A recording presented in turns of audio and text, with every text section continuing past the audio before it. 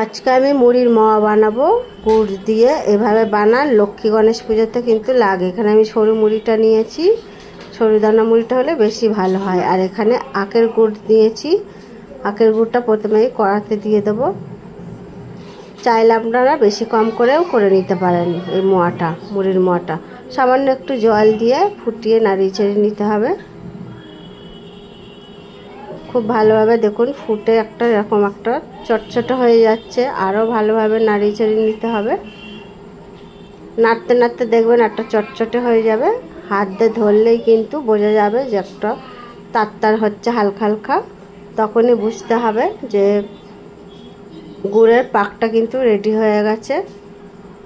খুব সুন্দরভাবে রেডি হয়ে গেছে। এবার আমি এখানে অল্প অল্প করে মুড়িগুলো দিয়ে দেবো। আর এই সময় কিন্তু গ্যাসের ফ্লেমটা একদম লোতে করে রাখতে হবে। অল্প অল্প করে দিয়ে নাড়িয়ে চাড়িয়ে নিতে হবে। দেখুন খুব ভালোভাবে নাড়িয়ে চাড়িয়ে নিয়েছি। আর এই কাজটা কিন্তু খুব তাড়াতাড়ি করতে হবে, কারণ যতটা ঠান্ডা হবে এগুলো কিন্তু জমে যেতে থাকবে। খুব ভালোভাবে পাকটা দিয়ে দিয়েছি মুড়ির। এবার নামিয়ে নেব। একটু হালকা ঠান্ডা হলেই হাতটা একটুখানি জলে ভিজিয়ে নিতে হবে। নিয়ে এবার আমি এগুলো মুড়ির পাকগুলো দিয়ে দেবো, লাড্ডুগুলো করে নেব।